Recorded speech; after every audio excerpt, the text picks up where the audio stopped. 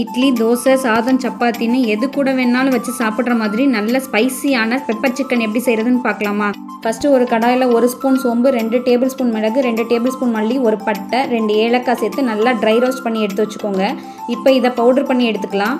Next கடாயில் oil விட்டு oil heat ஆனதும் 1/2 ஸ்பூன் சோம்பு, 1 துண்டு பட்டை, 1 பிரிஞ்சி இலை, 3 போல் காஞ்ச மிளகா, கொஞ்சம் முந்திரி பருப்பு, 2 கொத்து கருவேப்பிலை, 2 பெரிய சைஸ் வெங்காயம் சேர்த்து நல்லா வதக்கிட்டு அதோட 2 பச்சை மிளகாய் போட்டு அதையும் நல்லா வதக்கிக்கோங்க.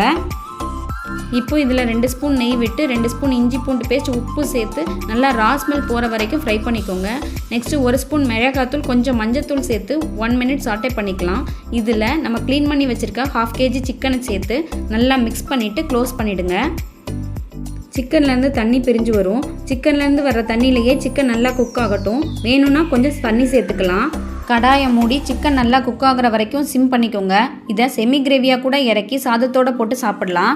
இப்போ நம்ம அரைச்சி வச்சுருக்க மசாலாவை சேர்த்து மிக்ஸ் பண்ணி நல்லா க்ளோஸ் பண்ணிக்கோங்க. ஒரே மாதிரி ரெசிபி செய்யாமல் வீட்டில் இருக்க குட்டி பசங்களுக்கு இந்த மாதிரி டிஃப்ரெண்ட்டாக செஞ்சு கொடுத்து பாருங்கள். பசங்க ரொம்ப நல்லாவே சாப்பிடுவாங்க. இந்த மாதிரி எண்ணெய் எல்லாம் பிரிஞ்சு வர்ற அளவுக்கு குக் ஆனதும் கொத்தமல்லி போட்டு இறக்குனீங்கன்னா சூப்பரான ஸ்பைசியான பெப்பர் சிக்கன் ரெடி. டேஸ்ட் ரொம்ப அமேசிங்காக இருக்கும். நீங்களும் உங்கள் வீட்டில் இந்த ரெசிபியை ட்ரை பண்ணி பார்த்துட்டு எப்படி இருந்துச்சுன்னு கமெண்ட்ஸில் சொல்லுங்கள். மறக்காமல் நம்ம சேனலை சப்ஸ்கிரைப் பண்ணிக்கோங்க. பாய்.